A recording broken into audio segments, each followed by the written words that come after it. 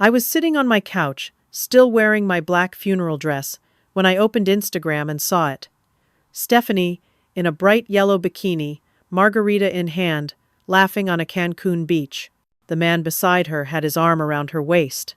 The caption read, "Enjoy life while you can." My son had been buried 3 hours ago.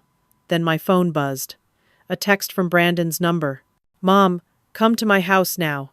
My blood ran cold. My hands shook so violently, I nearly dropped the phone.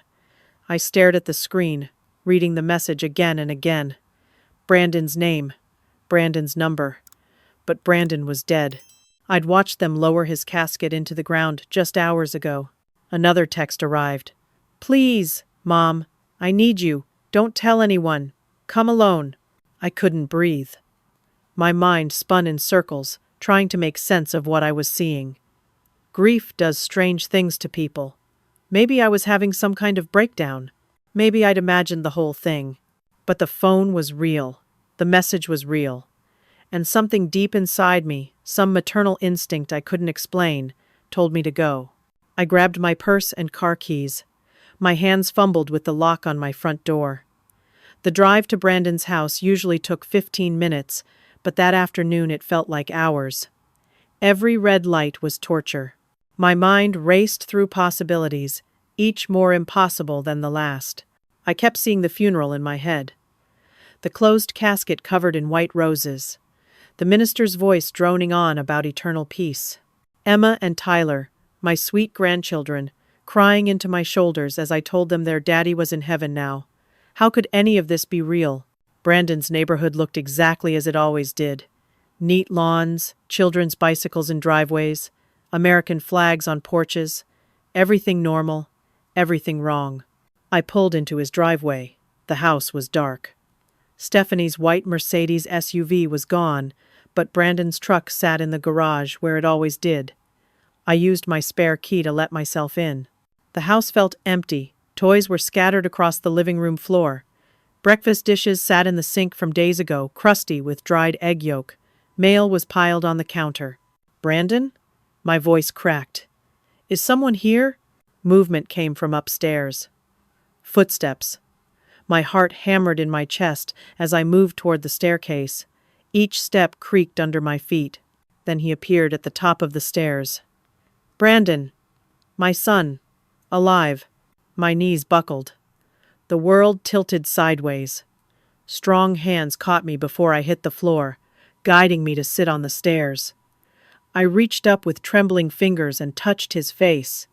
His cheek was warm. Real. He was breathing. His eyes met mine. "Mom, I'm sorry. I'm so sorry." I couldn't speak. Couldn't process. My mind rejected what my eyes were seeing. "I know this is insane," he said, sitting beside me on the stairs. "I know what I've put you through. But I need you to listen, please." The words tumbled out of him then. 3 months ago, he'd discovered that Stephanie had taken out a $2 million life insurance policy on him. He found it by accident, going through some papers she'd left on her desk. When he confronted her about it, she'd brushed it off, said it was just smart planning. Every couple should have life insurance. But Brandon couldn't shake the feeling that something was wrong. He started paying attention, watching her. That's when he found the emails. Stephanie had been having an affair with Troy, the man she'd introduced as their gardener. But Troy wasn't a gardener at all. He was a lawyer she'd met at a conference 2 years ago. The emails between them talked about the plan, about timing, about making sure everything looked natural. Brandon found browser history on Stephanie's laptop. She'd been researching untraceable poisons, searching for ways to stage accidents, looking up how long it takes for life insurance to pay out after a death. I realized she was going to kill me, Mom. She was actually planning to murder me. He'd been terrified, didn't know who to trust. If he went to the police, what would he say? That his wife was researching poisons? That wasn't proof of anything. She could claim she was writing a novel, doing research for work, anything. So Brandon made a desperate choice. He decided to die first. He had a friend who worked at the county coroner's office, a guy named Derek he'd known since college. Derek owed him favors, Big ones. 4 weeks ago, Brandon approached him with an impossible request. They staged a car accident, used a body from the morgue, someone who died of natural causes with no family to claim them, made it burn beyond recognition in a vehicle fire. Derek falsified the DNA tests, filed the paperwork, made it official. Brandon had been living in his own house ever since, hiding in the attic space above the garage. He'd installed security cameras throughout the house, watched everything Stephanie did, recorded her conversations with Troy, documented her celebrating his death, planning how to spend the insurance money. His plan had been simple. Let her think she'd won. Let her try to collect the insurance. Then he'd reveal himself, turn over all the evidence to the FBI, and watch her go to prison for attempted murder and insurance fraud. But something went wrong, he said, pulling out his laptop with shaking hands. He opened it, showed me folders that should have been full of video files, audio recordings, photographs. Every single one was empty, deleted. He rushed to his hiding spot in the attic, pulling up a loose floorboard. The external hard drives where he'd backed up everything were gone.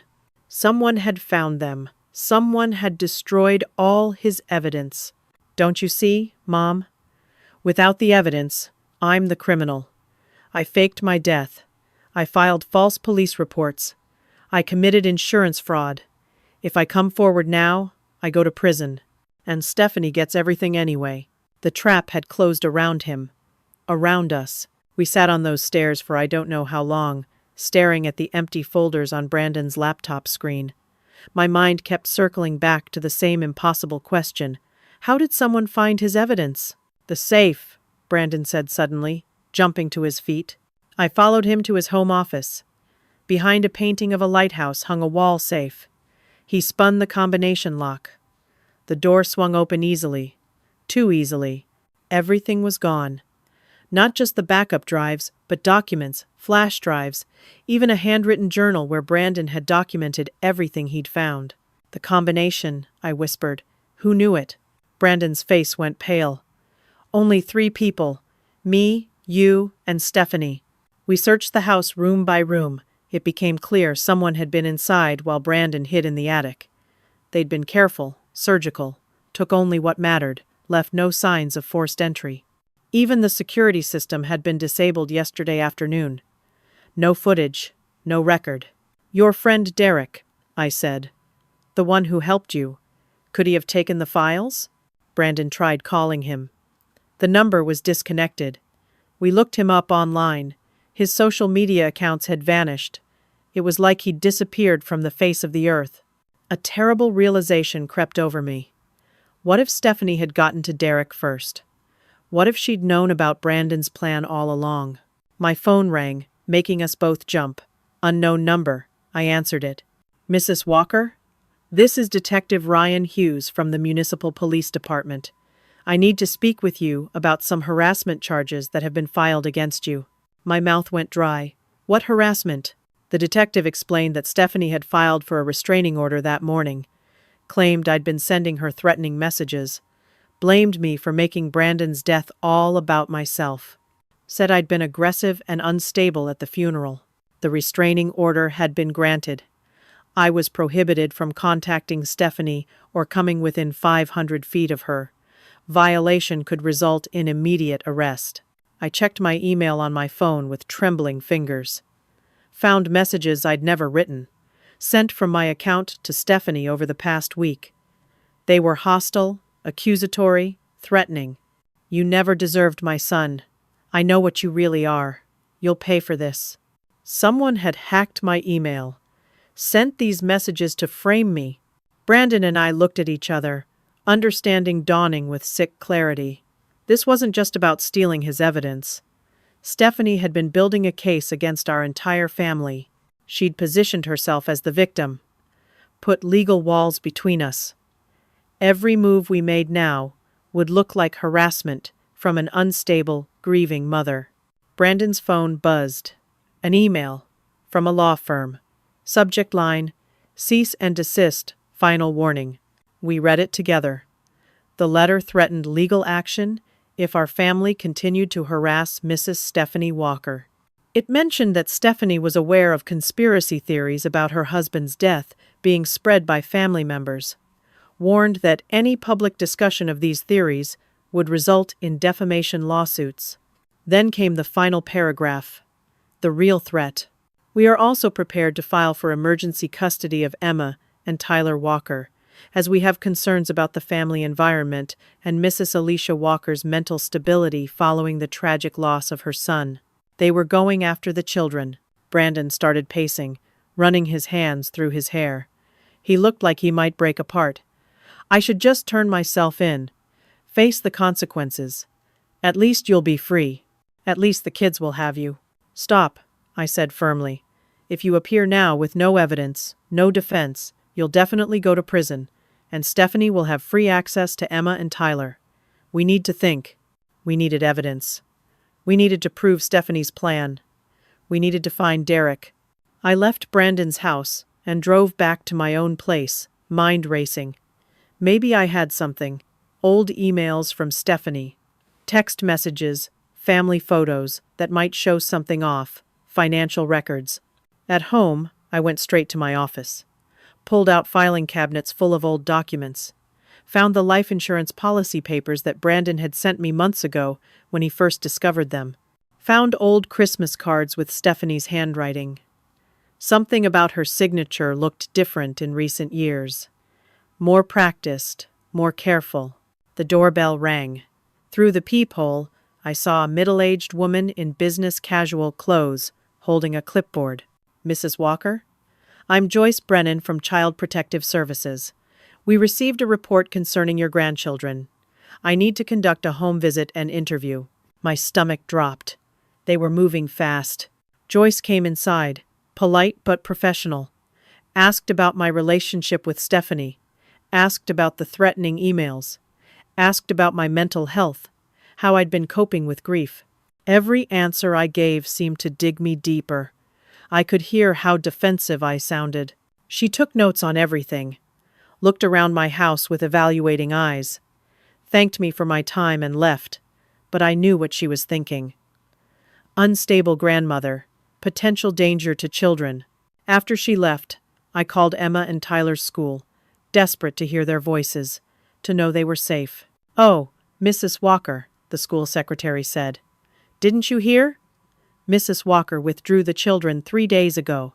She filed paperwork saying they're moving out of state. New address in Arizona. The phone nearly slipped from my hand. Arizona? Yes, ma'am.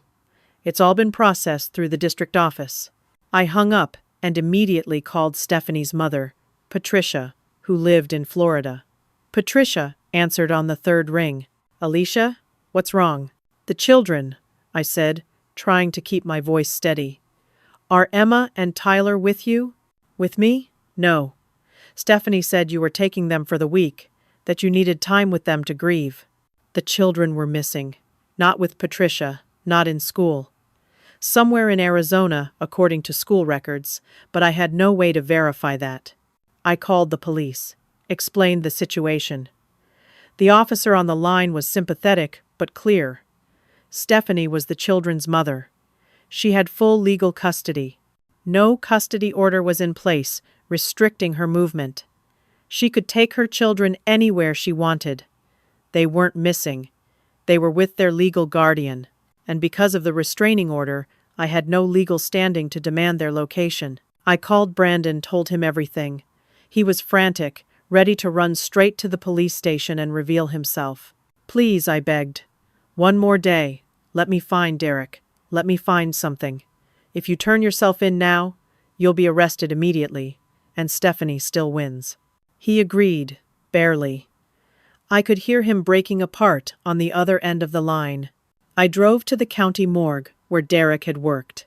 Asked to speak with Derek Hoffman. The receptionist checked her computer. He no longer works here. Was terminated 2 weeks ago. For what? She hesitated, then lowered her voice. Irregularities in documentation. They're investigating potential misconduct, falsifying records. Someone had reported him, gotten him fired, destroyed his credibility as a witness.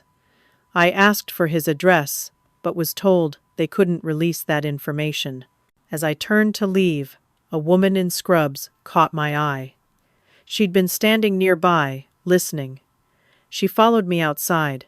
"I'm Beth," she whispered. "I worked with Derek. He was a good guy. Whatever he got mixed up in, I don't think he wanted to hurt anyone." She slipped me a piece of paper. An address. I drove across town to a run-down apartment complex near the industrial district. Knocked on Derek's door. No answer. A neighbor came out, an older man with a worn face. "You looking for Derek?" "He's gone. Moved out about a week ago. Middle of the night. Looked scared out of his mind." "Did you see anything unusual before he left?" "Yeah. Few days before he took off, some fancy lady in a white Mercedes came by. Blonde. Pretty. Knocked on his door, talked to him for a while. Derek looked real shaken after she left. Stephanie had found him first. Threatened him. Made him run. I walked back to my car, feeling walls close in from every direction. As I reached for the door handle, a police cruiser pulled up behind me, blocking me in. 2 officers got out. "Mrs. Alicia Walker?" "Yes. You're under arrest for violating a restraining order." "What?" "I haven't been anywhere near Stephanie." "Ma'am, Mrs. Stephanie Walker filed a complaint this morning. Claims you showed up at her mother's house in Florida and harassed her. Demanded to see the children. Became aggressive when refused entry. Her mother will testify to this. But I haven't left town. I've been here all day. I have receipts. The morgue has security cameras.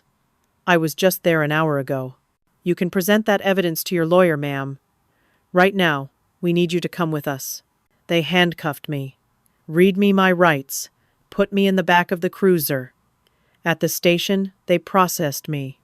Fingerprints, photographs. I felt like a criminal. Bail hearing wouldn't be until the next morning. They kept me overnight in a holding cell with 2 other women. One was crying. The other stared at the wall. I used my one phone call to contact Brandon. "Don't come to the station," I warned him. "They might be watching for you. I'll be out tomorrow. We'll figure this out." But I could hear the desperation in his voice. He was barely holding on. That night, lying on a thin mattress that smelled of disinfectant, I had time to think, to see the pattern. Stephanie had removed all evidence of her plot, framed me as unstable, hidden the children, destroyed Brandon's credibility by turning him into a fraud, eliminated Derek as a witness. She had law enforcement on her side, legal protections in place, and we were powerless. Every move we made to fight back became more evidence against us. Morning came. Bail hearing. My court-appointed lawyer was rushed, overwhelmed with cases. The judge set bail at $5,000.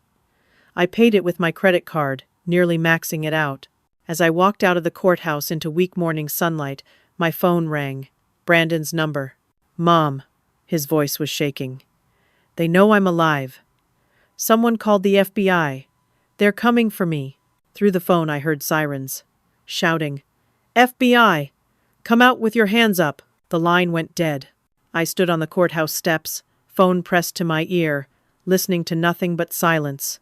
My son was gone, again. But this time, to federal agents, who would lock him away for years. I ran to my car, drove toward his house. Police barricades were already up when I arrived. FBI vehicles blocked the street. Local police cruisers. An ambulance on standby. News vans were starting to gather. Cameramen setting up shots. Officers held me back behind yellow tape. I watched, helpless, as they brought Brandon out in handcuffs 20 minutes later. He wasn't fighting, just looked empty, defeated. Our eyes met across the crowd. His expression told me everything. He was sorry. He was done fighting. He'd given up. They loaded him into an FBI vehicle and drove away. Reporters swarmed me immediately, microphones in my face. "Are you family? Did you know he was alive? Were you part of the fraud?" I pushed through them, got to my car, locked the doors. My phone wouldn't stop ringing. Unknown numbers. Reporters trying to reach me. I turned it off. By that evening, it was everywhere. Local news led with it. Local man arrested for elaborate death hoax. Brandon's mugshot filled television screens. Details of the fake death, the coroner's office friend, the fraudulent documents. The story painted him as a con man who'd tried to defraud his wife. And Stephanie, sweet, innocent Stephanie, was quoted through her lawyer as devastated to learn her husband betrayed her this way. The grieving widow, victimized twice over. I tried to visit Brandon in federal detention the next morning. They wouldn't let me. Only a spouse could visit, and his spouse was Stephanie. She had control over even that. I spent the day calling criminal defense attorneys. The first one took one look at the case and declined to represent him, said it was unwinnable. The second told me Brandon was looking at a minimum of 7 years in federal prison, possibly more. The third agreed to take the case, but needed a $50,000 retainer up front. I didn't have that kind of money. Went to my bank to take out a loan against my house. The manager pulled me into her office with an apologetic expression. "Mrs. Walker, I'm sorry, but there's a hold on your accounts. The IRS has flagged them due to suspicious activity. Someone reported possible fraud involvement. Your assets are frozen pending investigation. I couldn't access my retirement savings, couldn't take out a loan, could barely use my checking account for basic expenses." 2 days later, Joyce, from CPS, called. An emergency custody hearing had been scheduled for the following week. Stephanie had filed for full sole custody of Emma and Tyler. Her petition cited Brandon's criminal charges, my arrest record, the alleged harassment, the unstable family environment. If I wanted to contest it, I needed a family law attorney, but I had no money and no access to my funds. That night, someone knocked on my door at 11. I looked through the peephole and saw a young woman, early 20s, looking terrified. I opened the door a crack. "Are you Brandon Walker's mother?" I nodded. "I'm Ashley.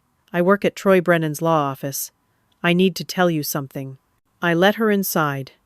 She sat on my couch, hands shaking, looking over her shoulder like someone might burst in any second. Ashley was a paralegal at Troy's firm. 3 weeks ago, he'd asked her to create fake emails using a spoof program.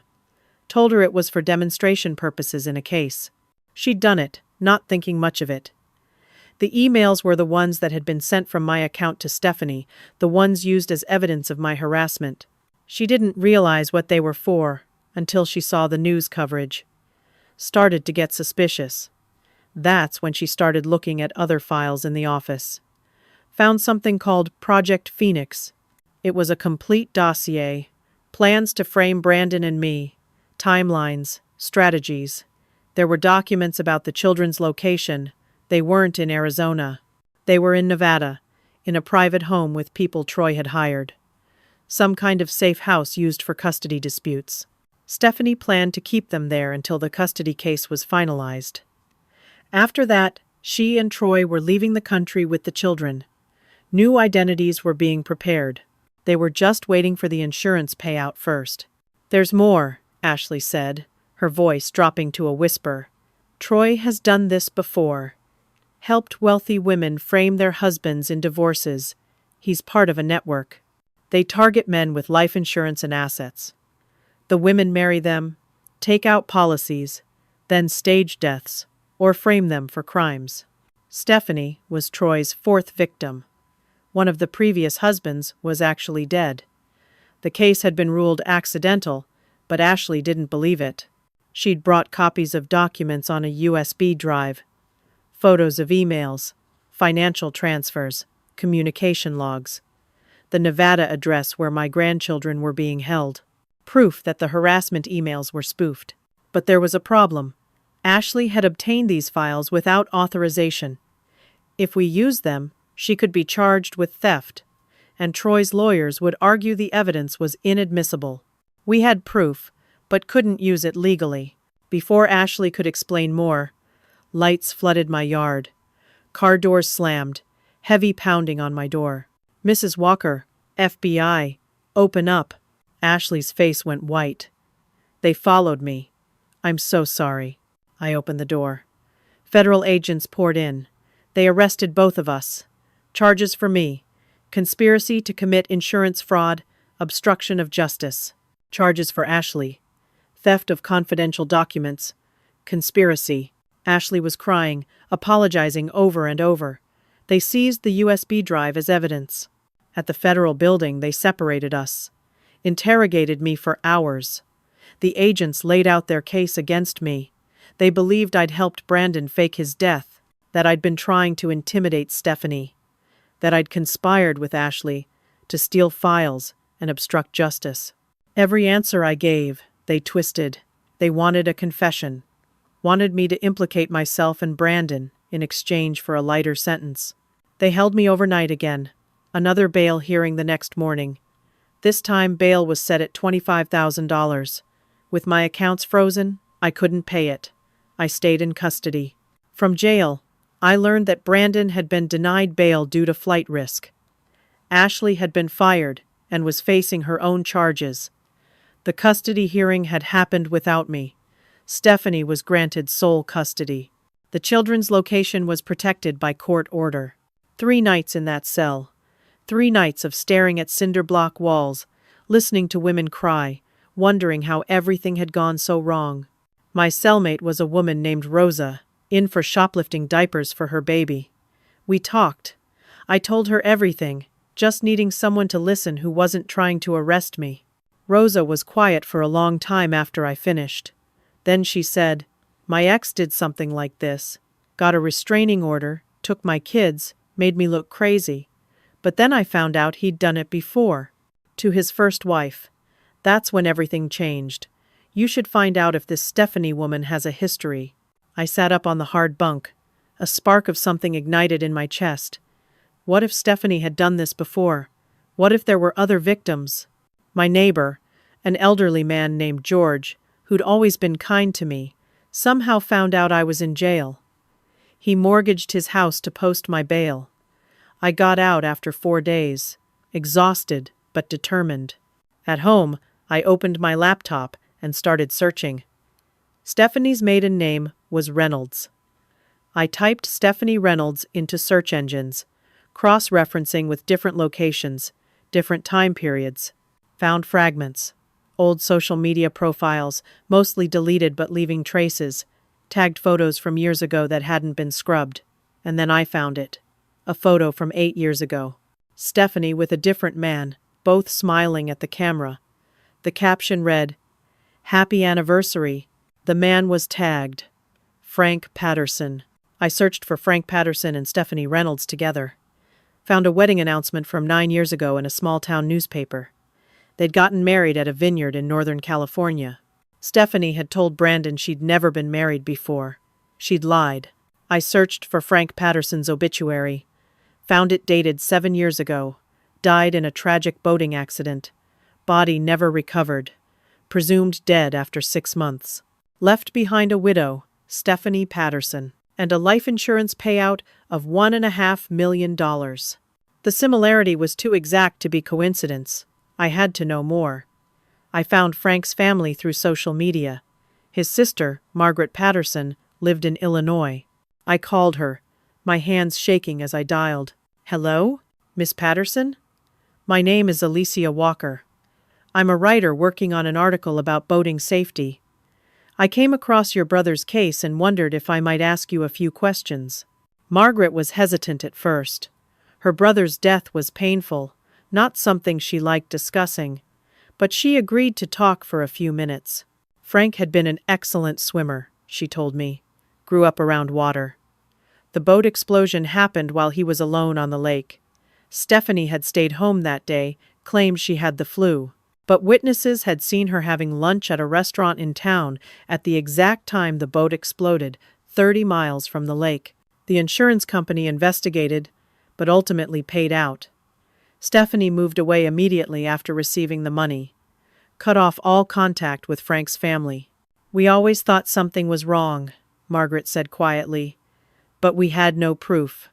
And Stephanie was gone. What could we do?" I asked if Frank had any distinguishing features. Birthmarks, scars, anything that would help identify him. He had a birthmark on his left shoulder blade. shaped like a butterfly. Why do you ask? My heart was pounding. Was his body ever found? No, just wreckage from the boat. They ruled him legally dead after 6 months of searching. Miss Patterson, did anyone ever investigate whether Frank might still be alive? She laughed, but there was no humor in it. We thought about it, hoped for it even. But how do you find someone who doesn't want to be found? And we had no evidence he was alive. The authorities were satisfied he'd died in that accident. After we hung up, I sat with this new information.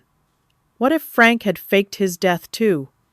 What if Stephanie had a pattern of driving men to such desperation that they staged their own deaths? Or worse, what if she actually killed them, but Frank had somehow escaped? I used the last of my available credit to hire a private investigator. His name was Walter Cruz, a retired police detective who now worked private cases. I met him at a diner, gave him everything I had on Frank Patterson. Walter was skeptical. "Ma'am, if this man died 7 years ago, the trail is pretty cold." "Please," I said, "just try. I'll pay whatever it takes." He agreed to look into it. Days crawled by. I tried again to visit Brandon. Still denied. I wrote him letters, poured my heart into them, but never knew if he received them. I drove by his house, now empty and lifeless. Stephanie's lawyer had already started estate proceedings, transferring everything Brandon owned into her control. I wore an ankle monitor as part of my bail conditions, had a curfew, had to check in with a probation officer twice a week. My trial date was set for 6 weeks away. My public defender was a harried woman named Janet, who seemed to have 100 other cases and little hope for mine.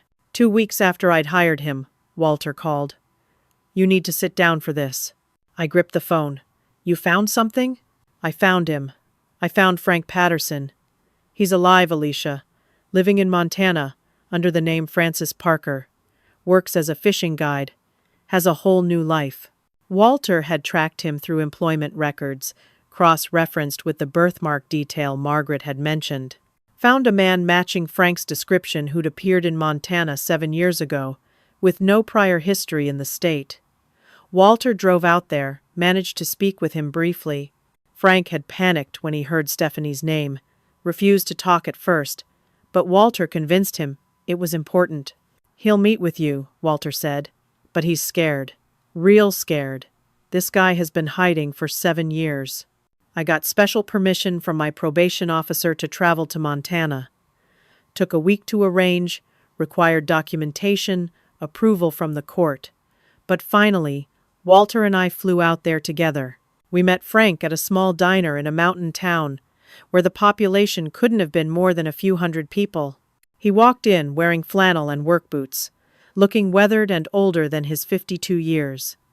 His eyes constantly darted to the door, like he expected someone to burst in at any moment. "I haven't heard that name in 7 years, he said when we sat down. "Stephanie. I hoped I'd never hear it again." His story spilled out over weak coffee and cold fries. He'd married Stephanie 10 years ago, after a whirlwind romance. Beautiful, charming, everything he'd ever wanted.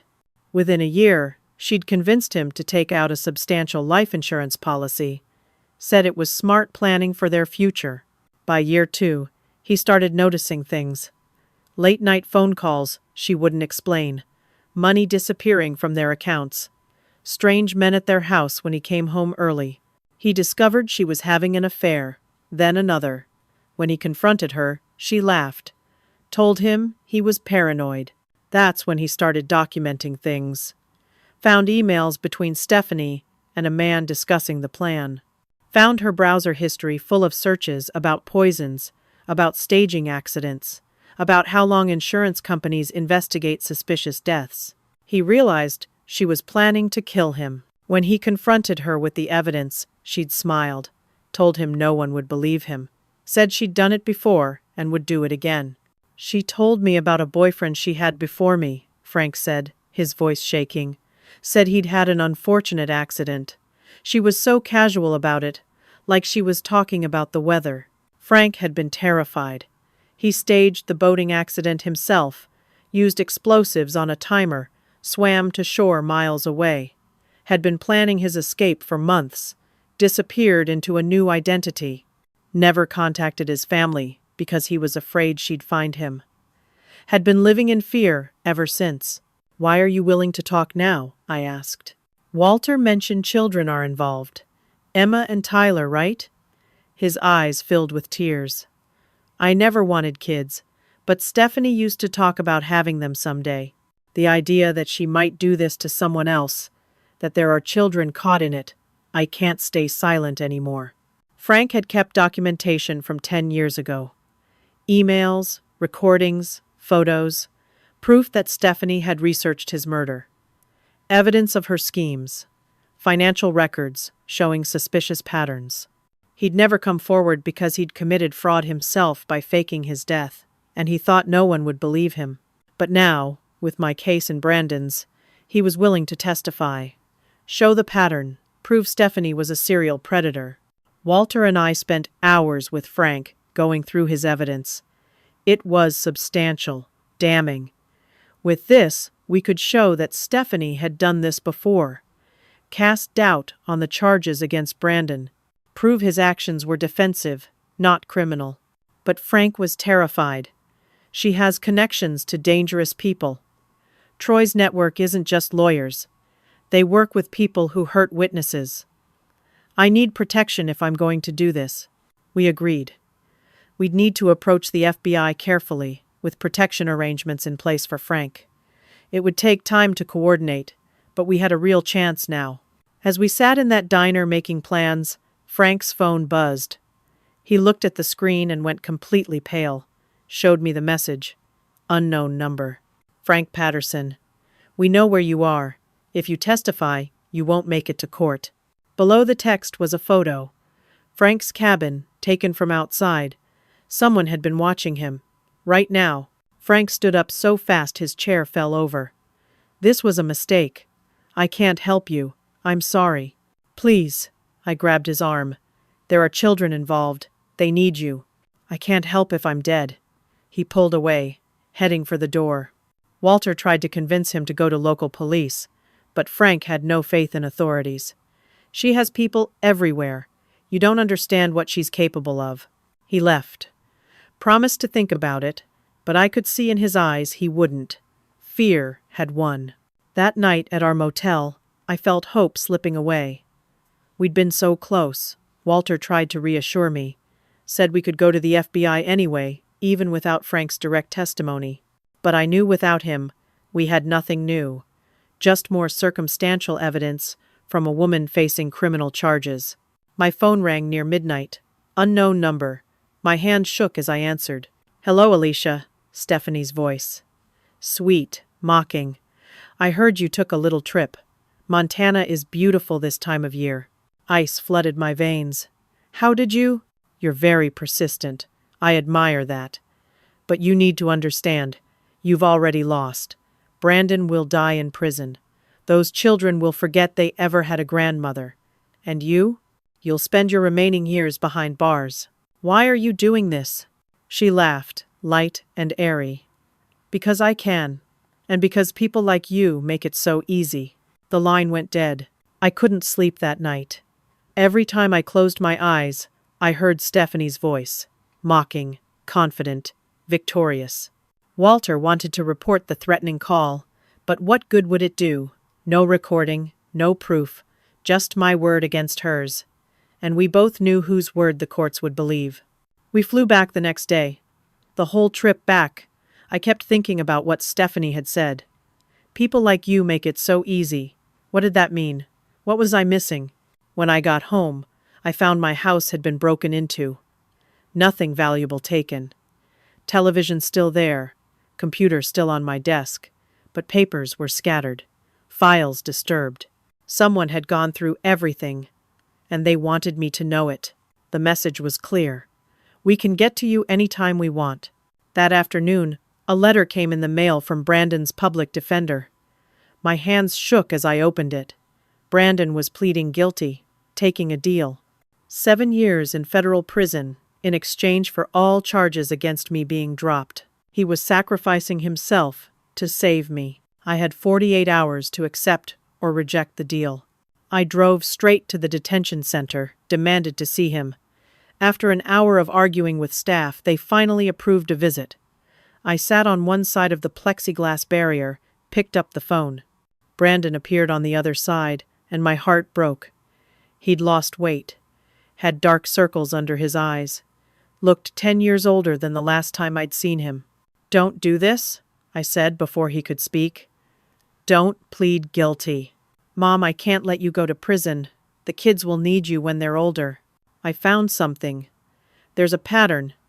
Stephanie did this before, to a man named Frank Patterson. His eyes lit up with interest, but then dimmed again. "Did he agree to testify?" "He's scared, but we're working on it." "Mom," Brandon's voice was gentle, defeated. "Frank won't testify. We have no case. I'm tired. I just want it to end. 7 years. I'll be out while Emma and Tyler are still young. Maybe I can still be part of their lives someday."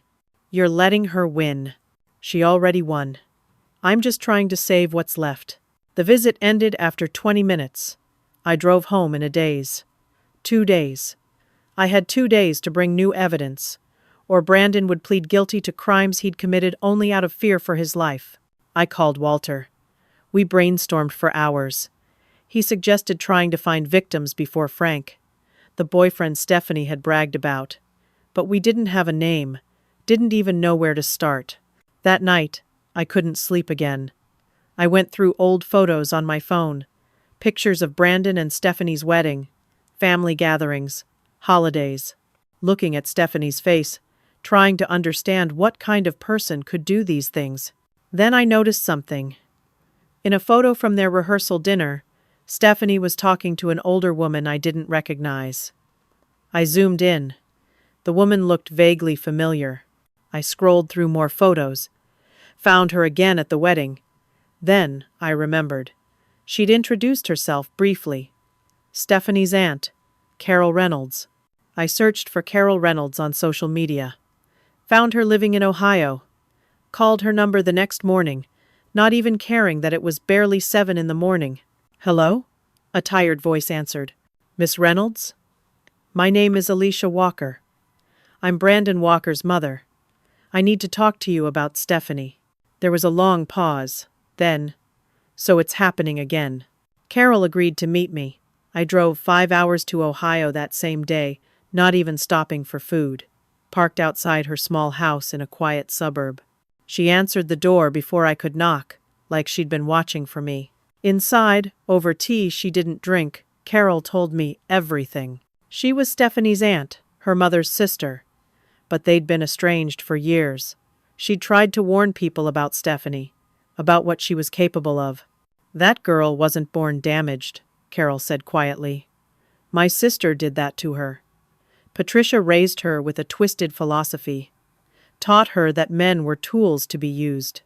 That marriage was a business transaction. Patricia herself has been married 5 times. Each husband had mysterious accidents or disappeared. She collected insurance money each time, never charged, never caught. Patricia had trained Stephanie in the family business, taught her how to target wealthy men, how to marry them, take out policies, eliminate them, sometimes through staged accidents, sometimes by driving them to fake their deaths, sometimes through actual murder made to look accidental. "Troy isn't the mastermind," Carol said. "Patricia is. Troy is just one of several lawyers they've used over the years." Carol gave me names. 3 other men before Frank. One had actually died, ruled an accidental drowning. 2 had disappeared, presumed dead. Insurance paid out. But Carol believed at least one of them might still be alive. She gave me contact information for their families. Phone numbers, addresses. "Why are you telling me this now?" I asked. Carol lifted her teacup with shaking hands. "I'm dying. Cancer. 6 months left, maybe less. I've been carrying guilt for decades. Tried to report Patricia years ago, but I had no proof. Police didn't believe me. I want to see justice before I die." She agreed to testify to what she knew, to the pattern, to Patricia's teachings. Then she said something that changed everything. If you want the real truth, talk to Victor. Victor was Patricia's third husband. Everyone thought he died 30 years ago in a car fire. But Carol knew he didn't. She'd been sending him money secretly for years. He was alive, living off the grid in New Mexico. And he had evidence, documents, recordings from 30 years ago. He'd kept it all as insurance in case Patricia ever found him. I had 36 hours left.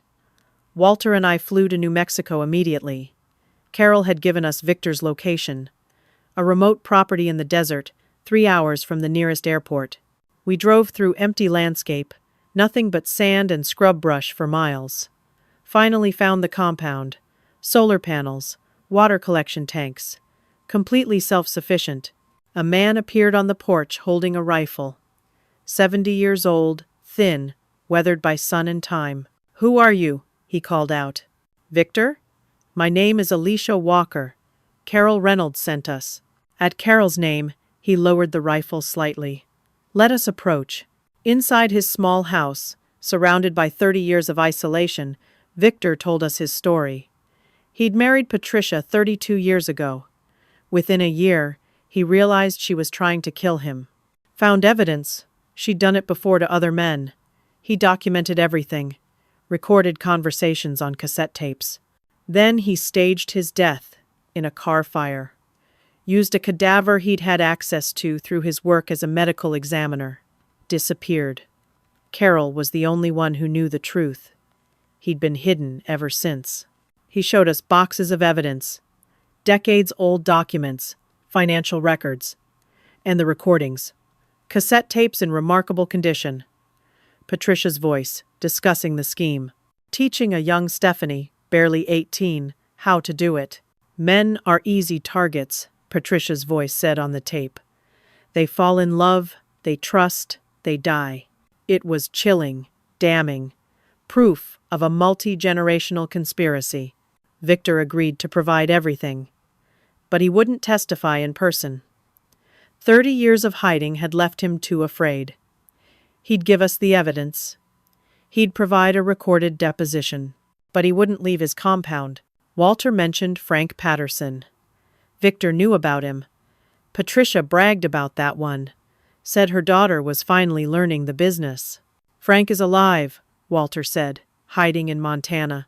Victor's eyes widened. "Tell him he's not alone. Tell him there are more of us. More survivors. A whole network of men who'd escaped Patricia and Stephanie's schemes. All hiding. None had come forward because they'd all committed fraud, and they were all terrified. With Victor's help, I contacted 3 more over the next 12 hours. Each had a similar story. Each had evidence. Together, we had an overwhelming case. Not just against Stephanie, but against Patricia and Troy, too. Then my phone rang. Detective Helen Morris, from the local police department. "Mrs. Walker? I've been investigating your daughter-in-law independently. Something about this case never sat right with me. I pulled old files, found patterns. I heard about your Montana trip through monitoring. I think we're on the same trail." She wanted to help. Had resources, authority, protection to offer. Detective Morris took all our evidence, coordinated with FBI agents who weren't compromised. They had enough for warrants. For Stephanie, Troy, and Patricia, and they could track the children through Troy's communications, raid the safe house in Nevada. It was 1 hour before Brandon's scheduled plea deal. Detective Morris rushed to the federal courthouse, presented new evidence to prosecutors. They agreed to postpone. 20 minutes before Brandon was supposed to enter his guilty plea, they called it off. That night, coordinated raids began across 3 states. FBI hit the safe house in Nevada, found Emma and Tyler with private caretakers, unharmed but confused. Police arrested Troy at his office. Officers went to arrest Stephanie at the airport. She was trying to flee to Cancún, then on to Europe. She was taken into custody, screaming about harassment. Patricia was arrested at her home in Florida. The network of accomplices rounded up one by one. Ashley, the paralegal, was offered immunity for cooperation. Frank Patterson was brought to a protective safe house. Victor's evidence entered federal record. The entire scheme unraveled in one night.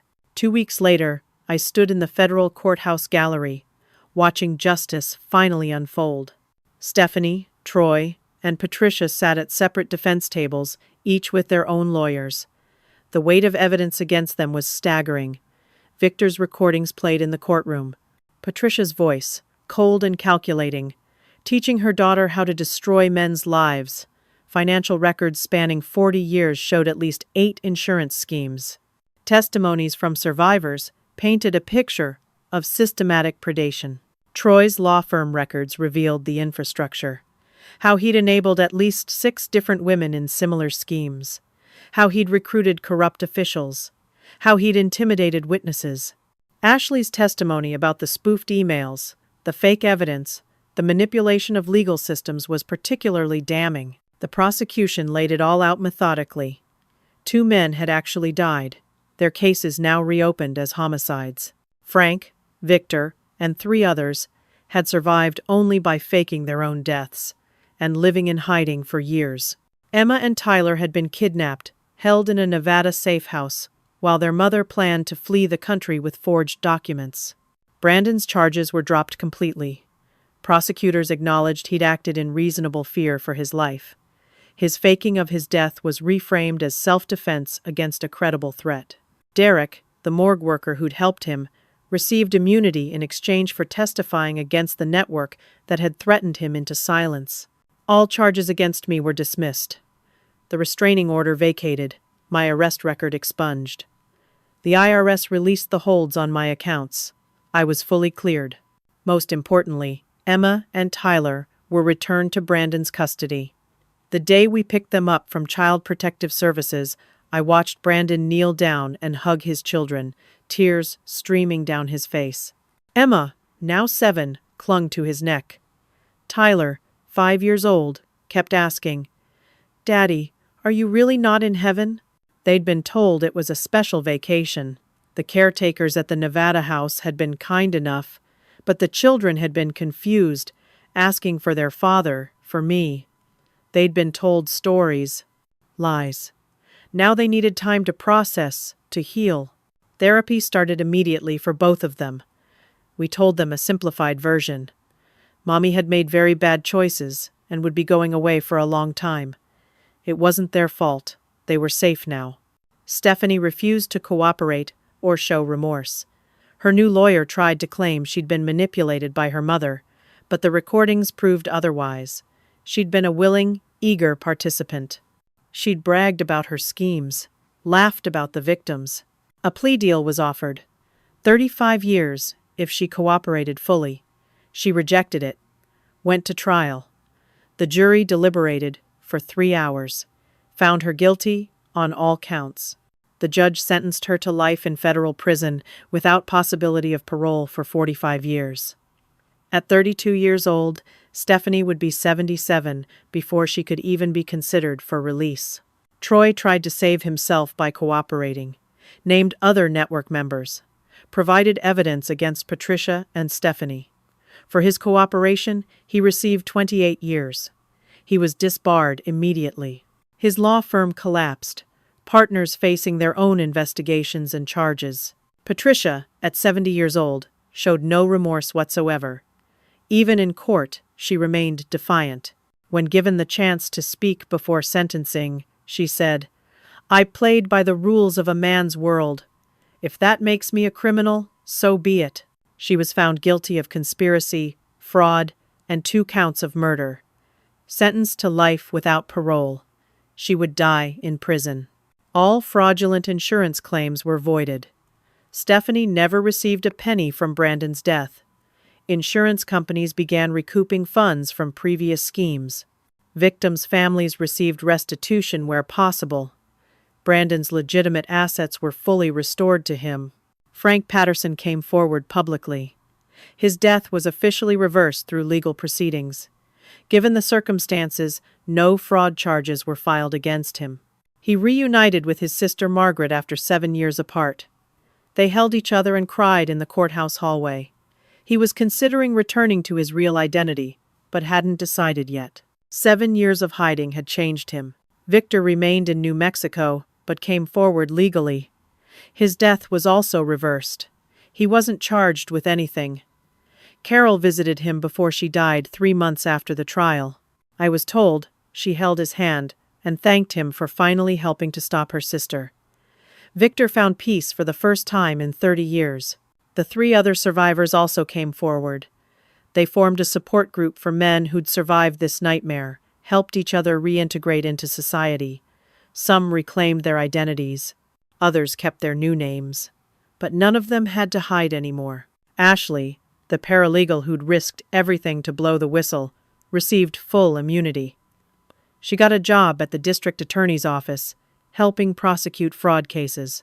She'd turned her experience into purpose, becoming an advocate for whistleblowers and victims of legal manipulation.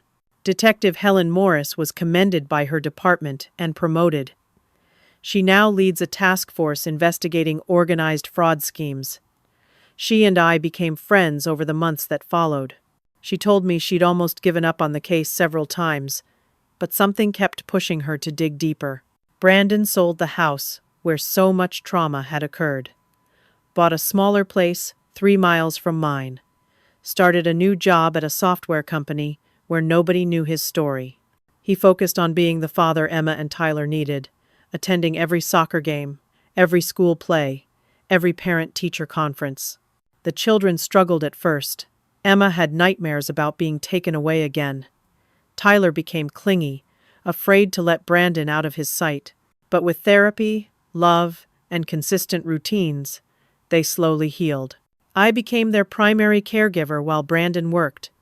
Picked them up from school every day, made them snacks, helped with homework, read them bedtime stories.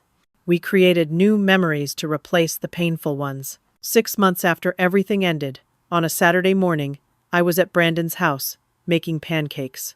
Emma and Tyler sat at the kitchen table, drawing pictures with colored pencils, arguing cheerfully about whose dragon was fiercer.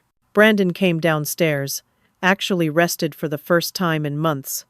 His face had color again. The haunted look in his eyes had faded. We had a normal family breakfast. Emma talked excitedly about her soccer game that afternoon. Tyler proudly showed me his loose tooth, wiggling it with his tongue. Simple, ordinary moments that felt like miracles. Looking at my family around that table, I reflected on everything we'd survived. Evil can hide in the most beautiful packages. Stephanie had seemed perfect, charming, friendly, the ideal daughter-in-law. But beneath the surface was calculated cruelty. The lesson I learned was to trust your instincts. When something feels wrong, it usually is. Don't ignore red flags because you want to believe the best in people. Brandon had sensed something was off with Stephanie long before he found concrete evidence. If he'd trusted that instinct sooner, maybe things wouldn't have gone so far. But the experience also taught me about the power of fighting for family, never giving up, even when everything seems lost. Brandon had been ready to give up, to plead guilty and serve 7 years. But I refused to accept that. Sometimes love means fighting harder than you think you possibly can. Justice is possible, but it requires persistence. The system has flaws. It can be manipulated. But truth ultimately prevails if you don't stop searching for it. Victor, Frank, and the others had hidden for years because they thought no one would believe them. But when they came together, when they added their voices to ours, they couldn't be ignored. I also discovered strength I didn't know I had. At 68 years old, I'd fought a sophisticated criminal network. I was arrested, threatened, isolated. My accounts were frozen. My family was torn apart. But I kept moving forward. Age doesn't determine capacity for courage. After breakfast, we all went to the park. Emma and Tyler ran ahead to the playground, racing each other to the swings. Brandon walked beside me, our pace slower, comfortable. He took my hand. "Mom, I never properly thanked you. You saved our lives. You saved our family." "You don't have to thank me," I said. "You're my son. They're my grandchildren. I'd do it again 1,000 times." We sat on a bench and watched Emma push Tyler on the swing. His delighted laughter carried on the spring breeze. The sun was warm on our faces. Flowers were blooming in the park gardens. Life continuing, beautiful and ordinary and precious. Brandon's phone buzzed. A text from Detective Morris. Stephanie's final appeal had been denied. It was truly over. We sat in comfortable silence, watching the children play. No more fear, no more looking over our shoulders. Just peace. That evening, driving home as the sun set, I passed the cemetery where Brandon's fake funeral had been held. I thought about that horrible day, the worst day of my life, when I'd believed my son was dead. The day that had started this nightmare. But it had also been the beginning of our fight back. And we'd won. At home, I sat on my porch swing, looking up at the emerging stars. Tomorrow, I'd pick up Emma and Tyler from school again. We'd have dinner together. Brandon would read them stories before bed. We'd continue building our new normal, our reclaimed life. Life can change in an instant. A funeral that wasn't real. A death that was faked. A scheme that almost destroyed us. But we survived. And every morning I wake up to their voices. Every dinner we share, every ordinary moment, is a victory. The stars grew brighter as darkness fell. I felt a peace I hadn't known in months. My family was safe, justice had been served, and we had our lives back. That's worth everything. Now, I want to ask you something. Have you ever had to fight for your family against impossible odds? Have you ever discovered that someone you trusted wasn't who they seemed? What would you do if you found yourself in a situation like ours? I'd love to hear your thoughts in the comments below. If this story moved you, please hit that like button. It helps others find these stories and know they're not alone in their struggles. Subscribe to the channel so you don't miss future stories about survival, justice, and the strength of the human spirit. And please share this with someone who might need to hear it. Sometimes knowing that others have faced darkness and emerged into light can make all the difference. Thank you for listening to my story. Thank you for being here, for caring about what happened to my family. I hope you never face something like this, but if you do, I hope you remember that persistence matters, that truth matters, and that love is worth fighting for. May you always have the courage to fight for what matters most. May justice find you if you need it. And may your family always be safe, loved, and together. Take care of each other out there.